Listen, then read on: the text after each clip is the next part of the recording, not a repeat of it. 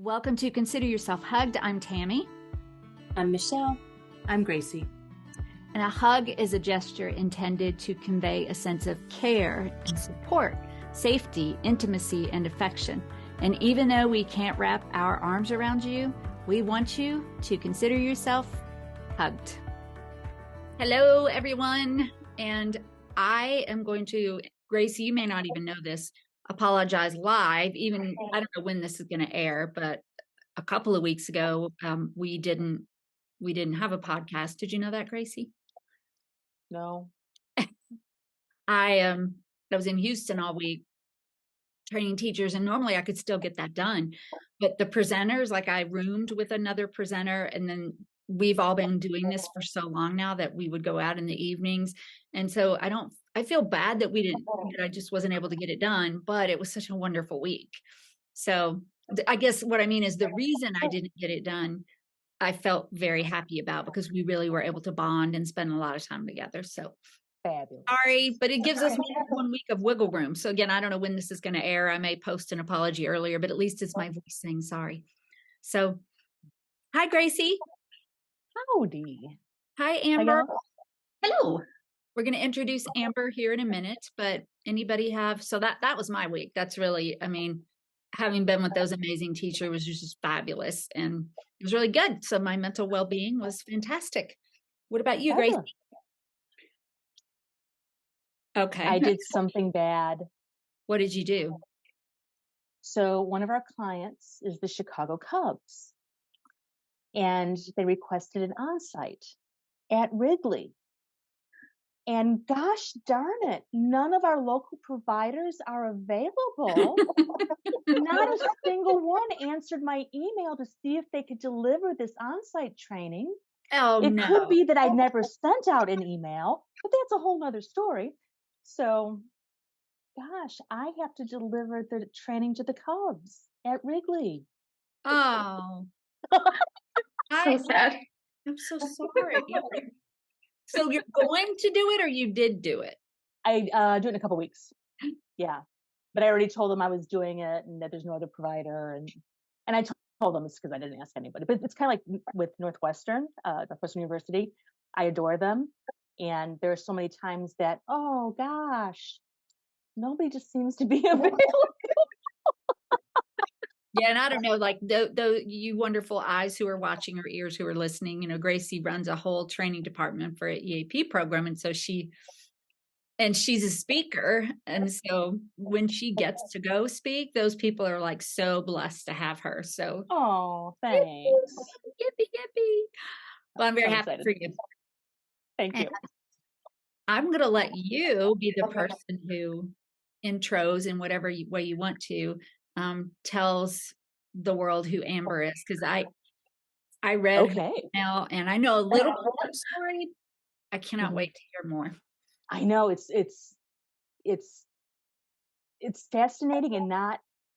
Oh, anyway, okay. So everybody, this is Amber, and she actually is my right hand in the Employee Assistance Program training department.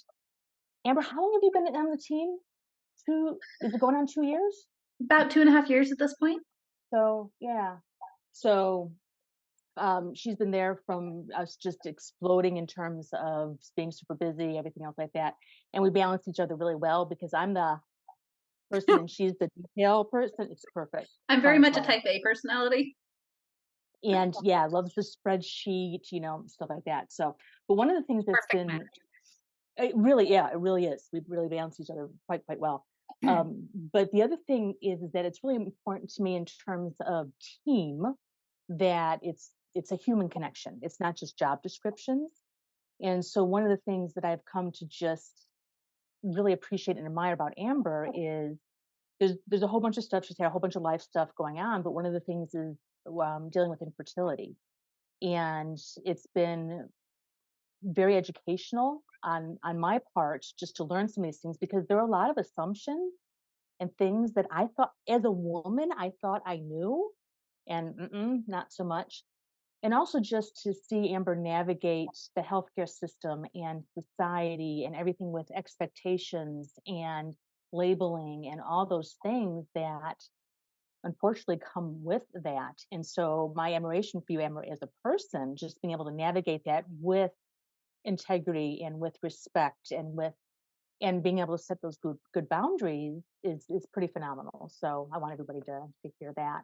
And so I'm really glad that you're here today to be able to share your story, but also some information where we can let other people know, hey, this is what it is, because I'm pretty sure if I had some assumptions that were incorrect, that other people might have some too. So you're here to help with that. Thanks, Gracie. It really means a lot. And I'm so glad that Tammy and Gracie asked me to be here. Disclaimer out there, my story is not the same as everyone else's story. It's going to be completely different. And I don't know. I feel like a lot of times as women, there's a lot of comparing of like, oh, it's not as bad as my thing, or oh, that is way worse. I have no means or reason to like feel bad, but all of our journeys are valid, no matter what they are. And it's important to talk about it. So I'm really glad you asked me to be here so we can just have a conversation. But before we jump into, I want to say, Amber, because you said the exact words, when I did my stress study, there was a woman in my study. Her name was Alice. Fake name was Alice. And she was pregnant for the first time. And I just did this whole week of teacher training where I read this excerpt 3 times a day for 5 days. But she said, if I said to some of my friends who have children that I haven't slept, or I'm stressed at work, or I'm tired, and they will say, just wait till you have kids and that kind of thing. But the sentence that she said, which is exactly what you put into a different perspective, she said, it's like you're not validated if your suffering is not the same. So I can see you being with, it's like you can't be suffering more than me, but you can't be suffering less than me, or there's this weird thing. And when we talked about having you on, I didn't even think about any of that. I just thought, oh, this is her journey and how tough it must have been. But the things that you put in your note, I didn't even think of any of that, really. So do you want to just share a little bit about the beginning, or, how? Yeah. I guess for me, I'm an open book. That was my husband's personal decision years and years ago. Other people, they decide it's better to be private, and that's best for them, their own healing and coping. For me, I didn't want all of the constant questions and asking at the family reunions and oh, are you guys pregnant yet? Where's the grandkids? I'm like, no, it's better to just be open and at least have that support from the very beginning. Because we've been trying for kids for about 5 years now. And it's been a lot of ups and downs. It's about if I'm doing the math correctly, it's about 1/6 of our lives so far has been trying for kids. Wow. We started thinking I'd be very healthy. I'm the oldest of 7. My mom's the eldest of 7. And while yes, you can't just say that and then not oldest of 7. Tell us, and just real quick. So it's me, 5 brothers, and a sister. Wow. All single? Yes. No multiples in there. And as far as I'm aware, no miscarriages that my mom experienced. What's the span? 14 years between me and the baby. Wow. So I guess they're in high school now, so not much of a baby. Wow. Yes. So you come from a big family. Yes. And while I didn't want as big of a family, because I didn't feel like that was best and in the cards, I wanted at least a couple children. Yeah. So my husband and I, we got married. After about a year, we're like, hey, I'm done with school. Now's a great time for us to start trying. It's going to be easy peasy. We were trying for a little bit. And sorry, this is too TMI. No, I don't think there is too TMI on our right, Gracie? No. I was pretty regular in my cycles. And then there was a month after a couple months of trying that I wasn't. I'm like, oh, this is really weird. Maybe I'm pregnant. So I did a bunch of tests. It wasn't showing up. I'm like, this is weird. But I know there's like a random small percentage of people that it just doesn't show up on test because of the hormones in your body. And at this point, I thought I was perfectly healthy. I didn't think there were any issues with me or my spouse in this aspect. So I went in to the doctor. I'm like, hey, can I get a pregnancy test? They went and they're like, not only are you not pregnant, but we think there's also some hormonal and female issues here. Let's do some follow-up tests. So come to find out, I was diagnosed with PCOS, which is polycystic ovarian syndrome. And that can impact everything from your ovaries to your cycles, weight gain, insulin resistance. You're a lot more predisposed to diabetes, heart cancer. Your hair can fall out.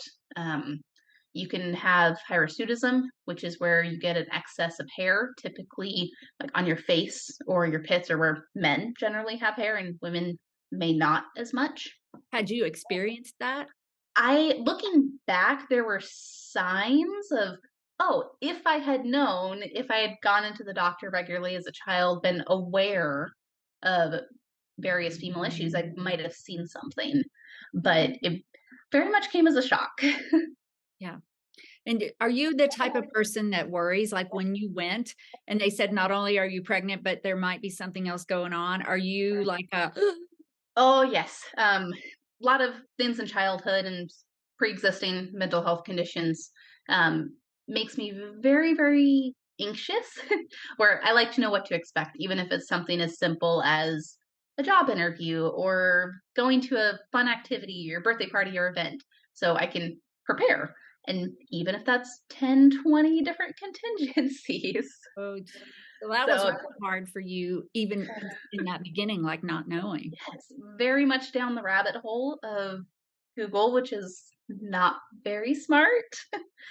But a lot of times, unfortunately, I don't know if you guys have experienced this as well, but as women, we tend to go into the doctor and it's like, oh, you're fine. Take some birth control, lose some weight, don't stress. So you have to become an expert. Make sure that you're exercising. And then they don't even have answers for your question of, well, what caused this? Why is this? And they're like, oh, just do this. Yeah, just put on the Band-Aid. Do better self-care, or or a lot of times you just do hear the word stress. Well, stress can, and y'all may know how I feel about that, but yes, you go in there, you just don't feel like you're being heard. Yes.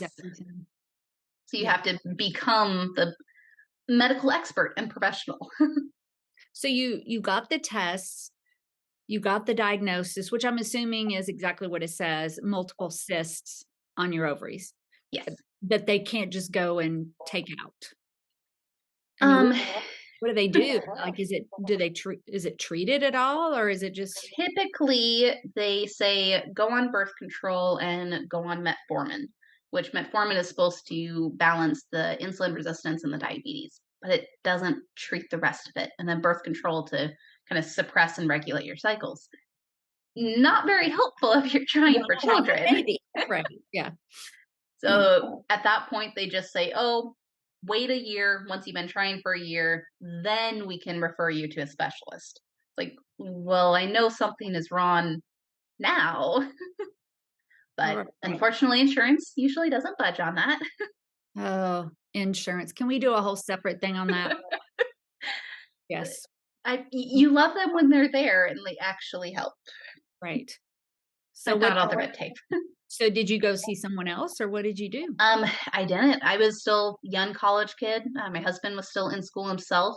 So we didn't have thousands of dollars to put towards treatments, because there's a sliding scale of, oh, let's give you a little bit of medication to ensure that you have regular cycles, you ovulate, you can actually conceive, all the way to IVF or in vitro, where it's, let's do multiple surgeries every step along this process to ensure that you get and stay pregnant. So we went down the rabbit hole of lots of different supplements and health and self-care and yoga and meditation. And I'm sure that it did help to a degree, because I'm thankfully not experiencing as many symptoms as other people with PCOS as well. So I have some of them, but not all the symptoms. So you took the path of just trying those things for a while. Yeah, let's go the natural route. Holistic, trying to do, okay. Which is always a good thing to do overall for your health. Yes. Okay. And then eventually we were able to get into a doctor. Lots of ups and downs, and some doctors that misdiagnosed and didn't tell us that there were things wrong. So I had cyst growing for over 6 months and was never told. And that caused its own health issues. But finally was able to get in to see a decent fertility specialist. They had a surgery. We've done 7 attempted IUIs, which is intrauterine insertion, or insemination, sorry. Basically, it's like the turkey baster Okay. to inseminate, to try and conceive. We did 7 attempted, but 2 of them had to be canceled the day of due to my body not responding correctly, husband's body not responding correctly to various meds and such. So we were able to be successful for 5 of them, but none of them took. And then we I didn't did know that existed. Yes, what are the it's kind of the middle ground of trying. What are those letters again? Intrauterine. Yep, IUI. It's intrauterine insemination. Okay. Basically, to give your body a little leg up, so the male specimen doesn't have to travel quite as far. It's a shorter journey. Yes. Okay, gotcha. It has about a 25% success rate, which is like, oh my goodness, that's like nothing. However, a regular, healthy, natural conceiving couple in any given month, they only have a 25% chance of conceiving in that month as well. So it puts you on par with a typical couple. Okay. So, and then we've taken breaks throughout there for mental health, saving up finances, because various moves in there, switching insurances, etc. Because fun fact, if you want to call it that, only 16 of the states in America actually offer any type of infertility coverage. I didn't know that because you told me before. I couldn't believe it. You would think with 1 in 5 people in the U.S. experiencing infertility. Really? To put that on scale, mental health issues is, Tammy, Gracie, you're aware, it's 1 in 5 people experience mental health concern. That's all the mental health concerns lumped together. That's the same amount of people as experience infertility in reproductive years. Wow. And I think that's another thing that I'm so glad we're having this discussion, is because the default is, oh, it only happens to this small amount of people. It's such a small amount, and 20% is not a small amount. Yeah, I mean, when you think so about many. No, it's not. And it's something else, just like mental health. It's something else we don't talk about. We don't normalize that somebody I know statistically is struggling with this. Exactly. We don't talk about it. And a lot of times it's not that visible, just like right. with mental health. Mm-hmm. And right. is that figure like couples wise or men and women? Individuals. Okay, so it could be male, female. But, exactly. Okay. Because statistically, it's about, sorry, excuse me, but tickle. About 1/3 is due to female issues, 1/3 is due to male issues, and then 1/3 is due to both or unknown factors. Interesting. But again, in our society, whose fault is it, or who's wrong, or who's unhealthy? It's always associated with the female trying to get pregnant. That's something else we need to change. And the female's typically the one that has to go through the majority of the procedures, the shots, the medicine, the blood draws, the test. Are you all Handmaid's Tale fans? Yes. And if you're watching or listening, and I mean, the short story that relates to what we're talking about is a futuristic dystopian society where the population of the country is declining, and they blame the women. They say but in reality, it was actually the men. Again, long story, but the default was just that it was the women's fault. So, yeah. Anyway. So go on. Yeah, sorry. I don't remember where we were. Lots of little rabbit trails. Oh, also, there was a movie I saw like, don't cry, darling, or don't. It was out within the past couple of years. I'll post a link to it. Never mind. Remind me to come back to it later, because I think you're going to talk about this, and I'll know when to come back to it. So you went through those treatments, and then we've done 2 egg retrievals and 1 embryo transfer, and nothing is taken. Okay, so egg retrievals and embryo transfer, like, is that IVF? Is that what we know as, like, what is that? You got to get a drink. Sorry. No, don't be. Apologies. You get a drink too. Right before we came on, Gracie, and I was like, ugh. So I got a mint and some water. And is it that where you are too, Amber? Like yeah, it's a lot of like pollen or something in the air. We've had so much rain, and I feel braggadocious about it because so many areas have it. But in Tennessee, we've had a lot of rain, and so stuff just keeps blooming and growing. Okay, so whatever you said, embryo transfer and yes, retrieval. So, you tell us. Well, and I think also, Amber, it's important to say, when we say these are procedures, people think procedure. You go into the doctor's office. They don't think about you having 5 and 6 and 7 and 8 appointments for this one procedure, and flying across country to go to the fertility specialist clinic, and having to get a hotel. Oh yeah. So we need you in New York in 2 days. Get on a plane and find a hotel. So it's not just I'm going in for an appointment. It's this whole huge process. Yeah. Is that because there wasn't anything closer that was, or I mean, are those centers just spread out? Sorry, we're asking you a million questions. No, you're good.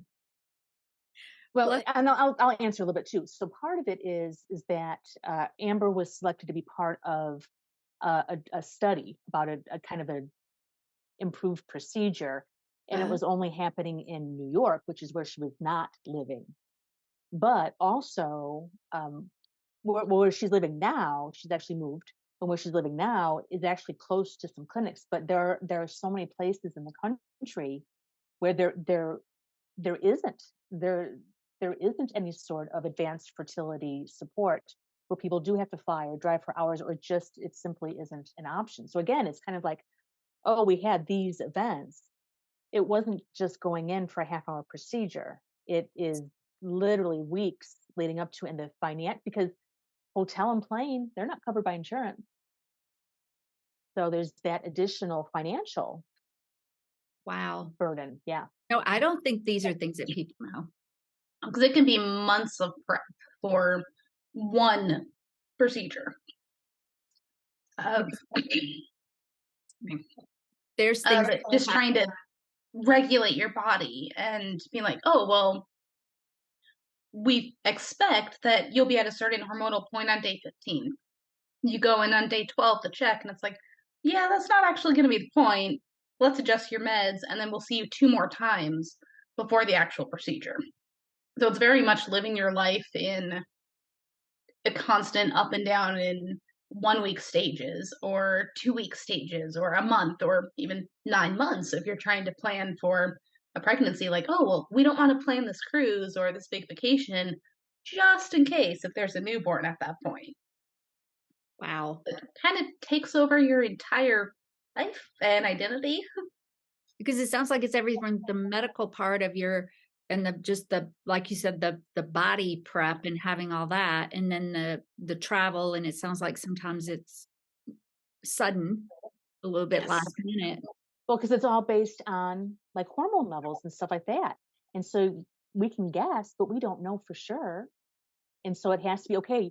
There's a 36-hour period where your levels are at the place at the perfect point. We need to do it now. We can't wait. Literally cannot wait another 24 hours. Mm-hmm. Right. And so luckily Amber works remote, so she can do a lot of stuff. But think about people who have to go into the office every day and, stuff like that. It's just not possible for so many people. So, yeah.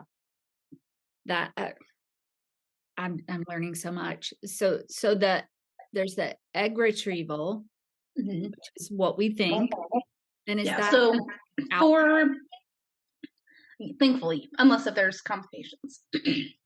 So thankfully for IVF, there's two parts to in vitro or IVF. There's the egg retrieval or egg harvesting, basically where you prep your body to try and like super ovulate to get as many eggs as possible. So like if you were naturally trying to conceive, you'd hope for 1, maybe 2 eggs if you're shooting for twins. When you're trying to do egg retrieval, it's very much a numbers game. So they're trying to get, let's say, 20 eggs that they harvest and take out of your ovaries, and then they inseminate them with the male specimen, and maybe only 5 of them, of those 20, actually make it to 5 days of growth to become an embryo and a blastocyst. Okay. And then you freeze them so you can use them at later times, and let your body heal a little bit and reset, or you can transfer one of them like right away that same month. And then there's the second half, which is the embryo transfer. And again, that's a month, sometimes a couple months to prep the body to get it to the correct levels. So you can transfer that embryo back in and then hope that it implants and continues to grow. And then you can confirm a pregnancy and keep the baby all the way full term. And is this, I did have a friend actually, and I just remembered this, but it's been 20 years. And she had IVF and has a 22-year-old daughter now. But she was on the medications prior to like increase your ovulation, or was it like Clomid or Yep, Clomid. Okay, is that part of that? Yes. So that's part of what you have to do before that even happens.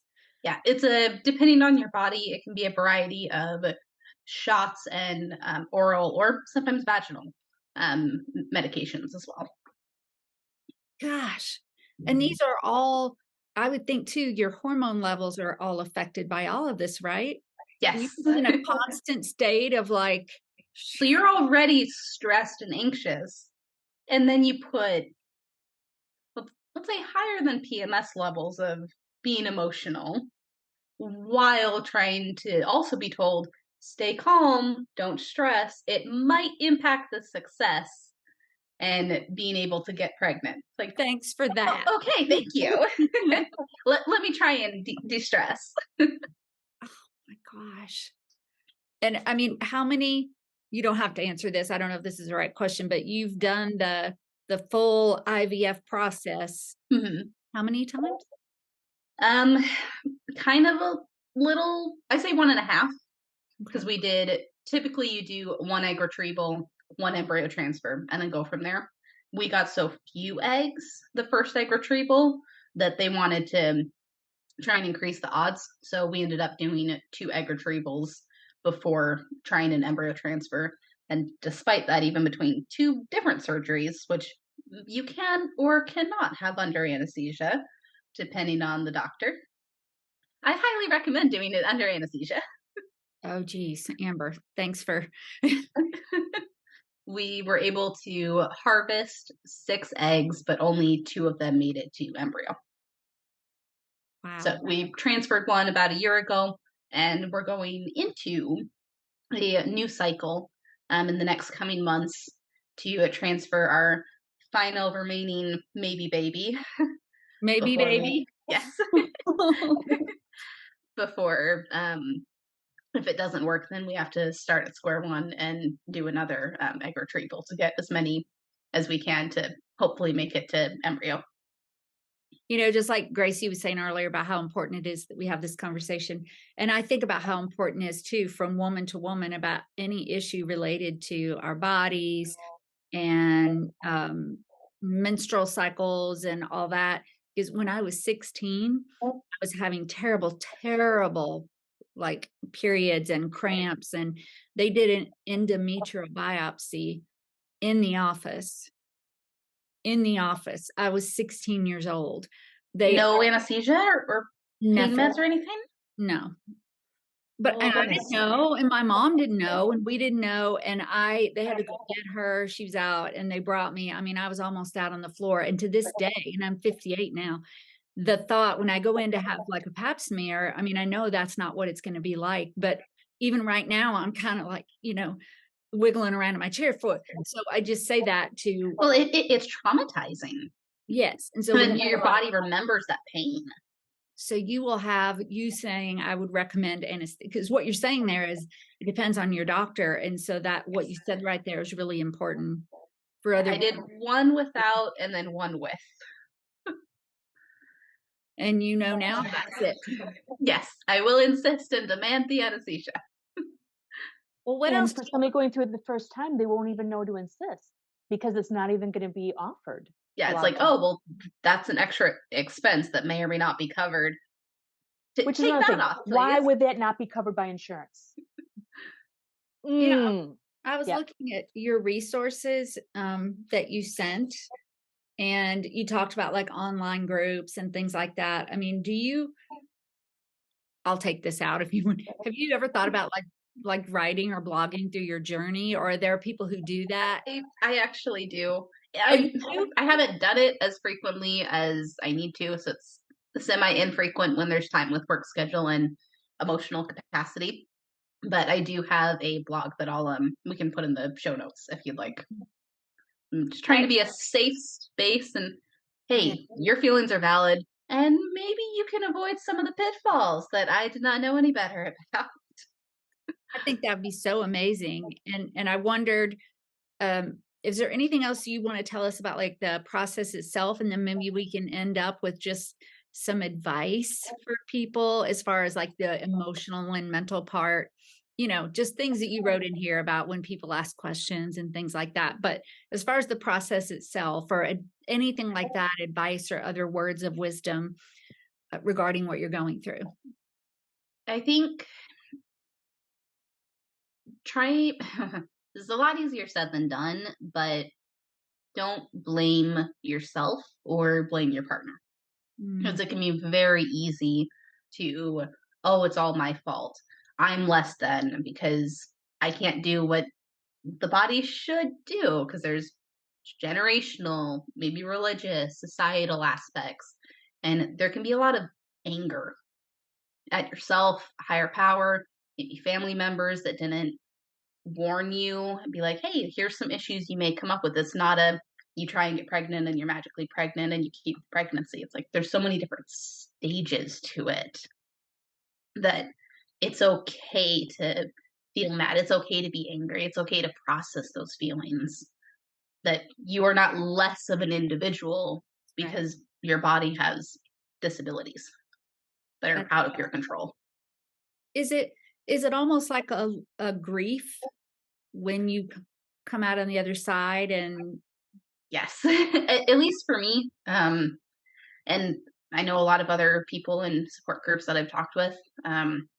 It's every holiday, every pregnancy announcement from friends, relatives, family members, every birthday. It's like, well, one more year of that fertility time clock ticking down, and it's being sad and dreading what should be happy milestones. Oh, another anniversary, another birthday we get to celebrate. Or if there's a miscarriage of here's the birthday or the first Christmas that we wanted to experience with the baby. Here's when their first birthday would have been. So it can be a lot of grief, but feeling like you can't talk about it because there's not, oh, we didn't physically have the funeral. This person didn't have 40, 80 years of their life that we're celebrating. So it can feel like it's not as much, which is not the case, especially if it was, say, secondary infertility where, well, at least you have a child. Like, well, no, yes, we have a child, but we're still struggling for, say, a second child or a third child. Like, everyone's journey is valid, and it's okay to grieve because you're grieving what's lost and your hopes and dreams of where you wish you'd be at that point and what you envision your life to be, and it's been stolen from you. Yeah. I'm sorry you're going through that. And I wonder when people do occasionally say, or you have heard people say, at least you have one child. And do you think when people say that, do you see sometimes they think they're being encouraging? Do you think that that's where it comes from? Yeah, I think from what I've seen and like different friends and family members that have gone through infertility and that have, for us, we don't have any children yet. But I have a lot of friends that have had miscarriages later on after they have one or two children. And I think genuinely people are trying to be helpful. They're trying to show their support. They're trying to show empathy, but they don't know what to say. Be it, oh, well, at least the baby wasn't that far along when you lost it, or at least you have a child, or why don't you adopt, or I can give you one of my kids. It's like, or oh, be thankful right now you can rest and relax and have your own time. Just wait until there's little ones keeping you awake. Like, well, Well, you I were want that. Let's trade, please. So I think people are trying to be helpful, but they may not understand how it impacts others. And that's not to say don't ever talk about it, because that just increases the stigma. Right. But at least what I found, and it may be different for everyone, but just having an open conversation or even asking, like, hey, is this okay? Or tell me what you need. So that's what I was going to ask you. What would be most helpful for people who know your situation and they see you every 6 months, or just if it comes up, what are some helpful things that you said a couple, like just ask, Yeah, I think just like a lot of people that have kids, sometimes their entire identity is being a mom, and that's all people talk about when they're together. It's like, well, no, I have other things outside of that. And I think the same can be said of people that are going through infertility is, yes, this is a major part of my identity, and it does in part define who I am, but it's not 100%. So ask about trips or different things we're doing. Ask about work. Ask about different hobbies. I'm a normal human, just like you. Yes, you are. You absolutely are. Being there to support and listen. Like, there have been many, many times that I've called Gracie up. I'm like, hey, do you have a minute? Can I just talk and can I vent? And because I know she's a safe place and there's not going to be that judgment or whatever. It's like, even if she may not know what to say or have the answers, and like, I'm not going to her asking for medical advice and fix everything, but it's, I need to know I'm not alone in this and I have support. She's a good one. That's very powerful. Yes. And what about your husband? Like, does he experience, like, because I'm sure there will be, there will be men who are experiencing people. What does he, how to support him? How can his friends or people in his world support, the spouses? I think some of the same thing is it can be like, obviously I can't speak perfectly for him, but we've had a lot of open, honest, raw conversations about this, where because we also experience male factor infertility as well. So it, in a weird, ironic way, it's kind of taken the guilt and finger pointing away, because we both experience infertility issues, which we wish neither of us did, but it's been able to help us be that support. And there's a lot of that stereotype of, oh, I'm the strong man, I'm the provider, I'm the producer, or whatever. And that can be taken away. So they can feel a lot of feeling less than and not have the safety net that women do of, it's okay to cry. It's okay to be emotional. It's okay to talk about it. Because it's a lot of these stereotypical guys of bottle it up, be strong, be tough. So I think for them as well, realizing it's okay to talk about this and cry and be sad and be mad. It doesn't make you less of a man. It means you're feeling and processing and coping and grieving as well. When I'm going to come back to that movie I was talking about, and I think it's Don't Cry, Darling, Don't Worry, Darling. I'll find it. And it's a weird movie. The ending is it's not what you thought it was, but it sort of has like a 50s. I think it was set like in a 50s setting. So in the mornings, the men would all go out to their cars and leave to go to work. It was very like ritualistic. And the women would come out in their aprons and everything, and they all had kids. But there was one or two scenes where there was one couple and they didn't have kids. And so the women would be like, oh, the new women would be like, oh, how many kids do you have? And if it was none, they would all be like, they would be whispering and talking to each other. And I think, like, I wish that those scenes wouldn't even, I mean, they were kind of mocking it, in a way, but it wasn't, I just wish it wouldn't even be in there, because it speaks a little bit to reality, though. Like, think of how you may meet a lot of new mom friends. It's at the school pickup, at the ballet class, at theater camp. It's meeting other moms or coworkers at work where you may not have that space to find friends, find your tribe without that connecting glue of, oh, you have kids, I have kids. Wow. You'll be very isolated at times. So do you feel that that's like something you're missing out on too, then, is just that whole mom community of Definitely. It's not just the lack of having that child, there's the whole everything that goes with it. Exactly. Wow. Amber, and you don't see that much in media either. Like, think of, if it's even shown, like infertility struggles, it's one of two extremes. There's the horror sides of it, and oh, this can go wrong. There's doctors that are doing the insemination themselves, and now there's the father of 100 babies. Or there's infertility struggles for an hour of the movie, and then they magically get pregnant. It's like, that's not life. There's not always that guaranteed happily ever after at the end. So I think with a lot of like mental health issues in media as well, it's like it needs to be more normalized. So there's that space for people to feel seen and heard and validated. Right, because we all know someone who's had cancer, or Yes. who had a loved one die, or who has had mental health issues.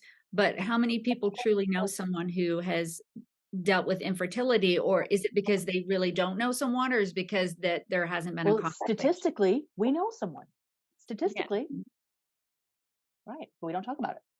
Well, and you put in and these are things you're fine with, I mean, with us posting, but you sent a lot of things about support groups, group therapists that specialize in grief and women's health, social media pages that are safe. You put infertility school. Are these specific Instagram pages that you put in? Yes. Here? Okay. So we'll get some links for those too. Yeah, perfect. I can go ahead and send those. And friends, and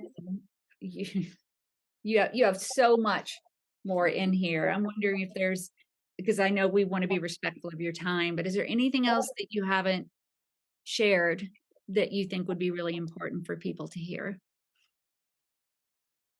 I think one thing that we found to be helpful, other people find it a little morbid, but it is to find a healthy coping mechanism after each failed cycle, another month that you get a period, failed treatment, a rough holiday, that it's not celebrating the failure, but it's, hey, here's a little silver lining and something that we can do to cope. Like for me, it's sushi, because you can't really have sushi when you're pregnant. So I'm like, okay, well, at least I can have sushi after we just got some more bad news. For others, it could be a massage or fancy bath bombs or nice outfit or candle. Like, obviously, you don't want to be excessive, but it's find something special just for you. Yes, that can still help you bring and find joy in your life, even during a difficult time, because it can be a lot of ups and downs and bitterness and misery, that you have to find something so infertility doesn't consume your entire life and your emotions. A lot of times mental health concerns and infertility, they coexist and they go hand in hand. And it's like, well, which one came first and which one's making the other worse? So find something to bring you joy. I think that's beautiful. I did want to ask you this, and then we'll kind of wrap up, but you mentioned a couple excuse me, a couple times the ups and downs, and I wondered what the ups are. I'm still waiting for the big up. Well, what the biggest is. But other times it can be at least finding answers where, okay, yes, this was a failed cycle. However, now we have additional data points and the doctor can fine tune like, okay, well, this dosage of this med does not work with you. It doesn't interact. Let's try this new thing. So you can be one step closer, one more mini milestone, or, hey, we did an egg retrieval. Let's say harvested 20 eggs. Okay, 5 of them, they made it to day 1. Okay, let's celebrate that many at least made it to day 1. And then 3 of them made it to day 2. So celebrating those little wins and those ups or say insurance, finally approving things, or being able to find a good doctor that actually listens to you. And so you don't have to fight every step of the way. There can be little ups as you search for them. I love that. And you shouldn't have to fight, but I understand, that fight that you have to be your own advocate and just push. And, I've known Amber now for almost a year and a half, and we've been on several little short Zooms together many, many, many, many times. We went to a retreat. Gracie was there, Amber's there, and several others were there. And just, I have to say, I didn't know. It just didn't come up in conversation when we were together. And so I knew a little while back, but I didn't know for the longest time. And Amber, you're just the kindest, most positive, every time I've messed up when we've been on a webinar together, and she's like, it's okay. And she's like, I got your back. And she just, she always smiles, but that just goes to show, people sometimes smile through their pain, and just an encouraging word to anyone is super important. So thank you for sharing your journey. Of course. Thank you for having me, being able to provide a safe space to talk about it. It's going to help a lot of people. Gracie, do you have anything else? Just a continuation. Let's normalize the human experience. I mean, wouldn't it be fabulous if the whole world were a safe space that people could have, who they are and be able to do that. So be aware. I think the statistics are really helpful. You do know somebody. Yeah, absolutely. And it doesn't mean we need to be overly cautious about everything we say. Be aware and be able to, even if you don't have the answers, at least be able to listen. I think that's huge. So, yeah. Well, it's been wonderful for all of us, I think. So thank you, Amber. And as always, thank you for listening, for watching, for subscribing, for downloading. That helps us grow so much. We will share whatever Amber wants us to share in the show notes. She sent, lots of resources, and if she decides to do her blog, whatever she has that she thinks will be helpful to you, we will share in the show notes. So be sure to go do that. Let us know you're there. Ask a question. Give Amber some love. Let her know that this was very helpful to you. And, this can be helpful to people for many reasons too. I mean, just Gracie, you said the human experience, just listening in a way that we can help validate everyone's experience. So go to our private Facebook group if you're not there. That will be in the show notes. What else? Is that it? That's all the general stuff, right? And I don't know if Amber knows, but at the end of our shows, we close with consider yourself hugged. So I will start with until next time. And then Amber, you can start it and we'll see how well it goes. All right. Okay. We'll work together next time. Consider yourself hugged. Amber, you're a natural. Thank you. That was good.